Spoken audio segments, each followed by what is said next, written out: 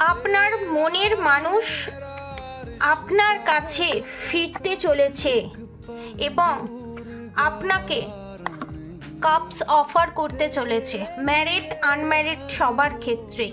আপনাদের পার্টনার মনের মানুষ এবং আপনারা এতদিন যে হ্যাংডম্যানের পজিশনে ছিলেন সেই জায়গা থেকে বেরোতে চলেছেন এবং আপনারা সব জায়গায় সাকসেস পেতে চলেছেন এবং আপনাদের শত্রু এতদিন যে ছড়ি ঘুরিয়ে এসছিল সমস্ত কিছু ব্যাকফায়ার করতে চলেছে আপনার শত্রুর উপরে।